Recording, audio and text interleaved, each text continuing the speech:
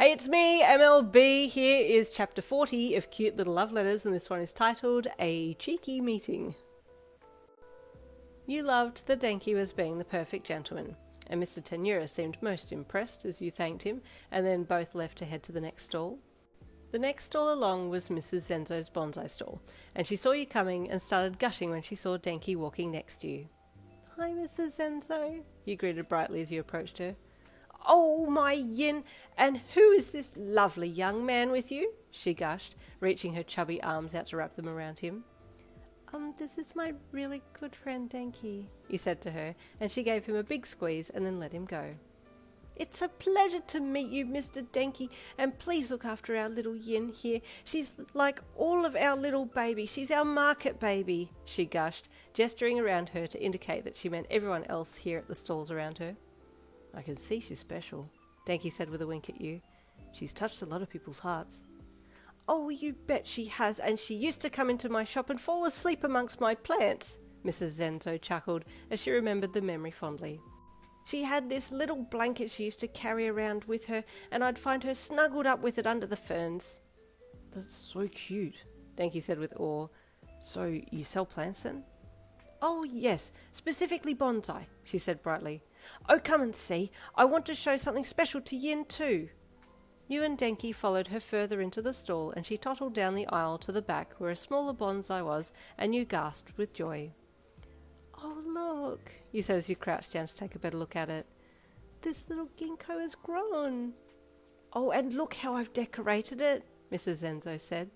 You looked, and she had built a little tree house in the branches of the tree with little tiny fairies on wire flitting around the place, as well as some pretend mushrooms at the base and a few other little things, and you almost welled up with tears. "This is the cutest," you gushed. "I've always loved this little bonsai plant." Denki looked over your shoulder and down to the price tag and nearly fell over. He was intending to buy it for you, but at $700 he thought that maybe it was a little steep for his flatline budget.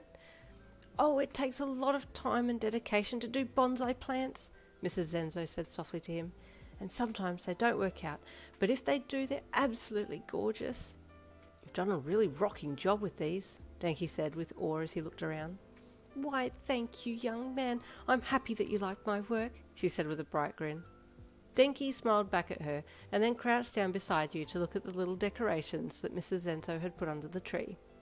"Wow," he said softly. "This is actually really cute." "Isn't it?" you asked as you turned your head to look at him.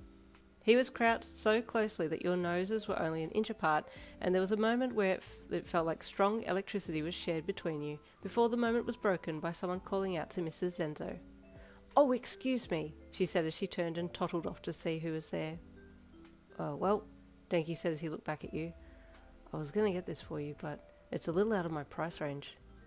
"Oh, please, no. Oh my goodness. That's way too much money," you gasped. "I really do appreciate the sentiment though, but I have this cutie right here," you added as he held up the little crocheted animal from Mr. Tenura's store. "And I have a cutie too," Denki added quickly, pointing to you and then gently booping you on the nose, which made you feel hot in the face. "Do you want to keep going?" You giggled and nodded, and then both stood up to continue on to the next stall. After saying goodbye to Mrs. Zenzo, you stopped by Mrs. Filoya's bakery shop. She told stories about you sneaking pandesal from her cooling rack at the back of the shop, and all she could see was your little hand pop up over the top of the bench, feel around for a bun, and then grab it and pull it back down. She told you that she had spoken to your mum about it, and that your mum had offered to pay for whatever you ate, so she used to leave pandesal aside, purposefully for you. She said she never took payment from your mum though. "Oh gosh," you gasped upon hearing your little scheme exposed. "I'm so embarrassed. I thought you didn't know." "Dear, I see all in my shop. It's okay lang. Ang cute naman, little hand grabbing for the food, my gosh," she gushed in her strong Filipino accent. "I promise I don't do that anymore," you said honestly. She laughed. "You are a baby, maganda na. I never had a baby of my own, so I consider you as my own. I like to see it, the little cheeky side," she said with a loving look in her eye. "Here," she said, before quickly bustling over to the pandesal tray. "Here is one para sa iyo, and one for your boyfriend."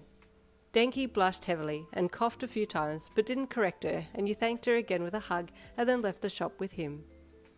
I'm so sorry if that embarrassed you, you said softly to him.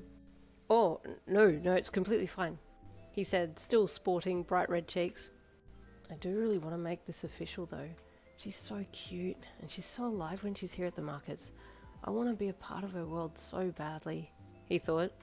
He side-glanced at you as you walked, and could just see the happiness radiating from you as you munched on the pandesal in hand, with his present tucked under your other arm. Your eyes were scanning the stalls ahead when they locked on one in particular, and you stalled a little. Denki looked up ahead to see what it was and saw a flower shop. Flowers, he said, and you jumped a little. Yes, let's go there. I need to talk to someone there, you said, almost nervously. He didn't really pick up on you being a little nervous and eagerly headed with you over to the shop to see what new and happy person from your past was hidden in there. You stepped in first and he followed, looking around at all the beautiful flowers in the shop. Hello? A nervous, jittery voice greeted you both and you smiled. Hello, Mr. Sanatory, you greeted the wired old man. Yin, he said, almost gratefully. You're here. Good. Can you please go check if Olyx is okay? It's been a while and I'm worried the rhododendrons have got them. The rhododendrons have been cleaned. Denki gave him a quizzical look and you gave him a sympathetic smile. Yes, I can do that. Is Olyx out the back? You asked. He nodded rapidly and you turned to Denki behind you. Denki, this is my boss, Mr. Sanatory. I work in his shop usually. This is his first time here at the markets, you said. Olyx is my friend.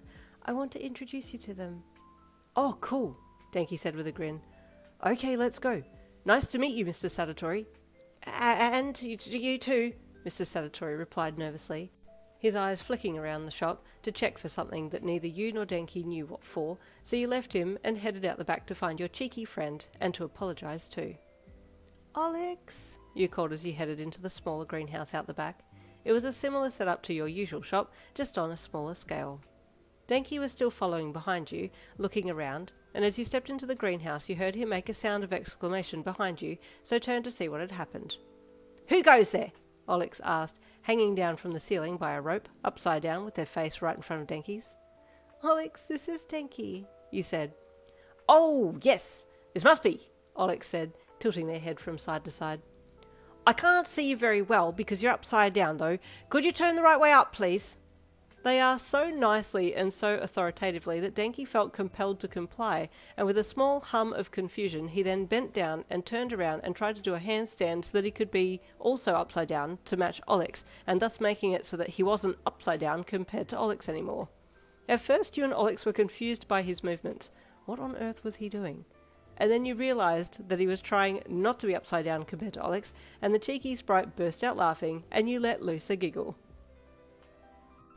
It's the Olyx Denki meeting that you've been waiting for. Stay tuned for chapter 41 coming tomorrow. I'll see you then.